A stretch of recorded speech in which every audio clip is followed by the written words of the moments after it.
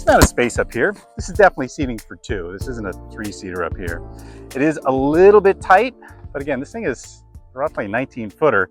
Again, I'm just about 5'11", and you know, with my sneakers on, I'm butting up against that.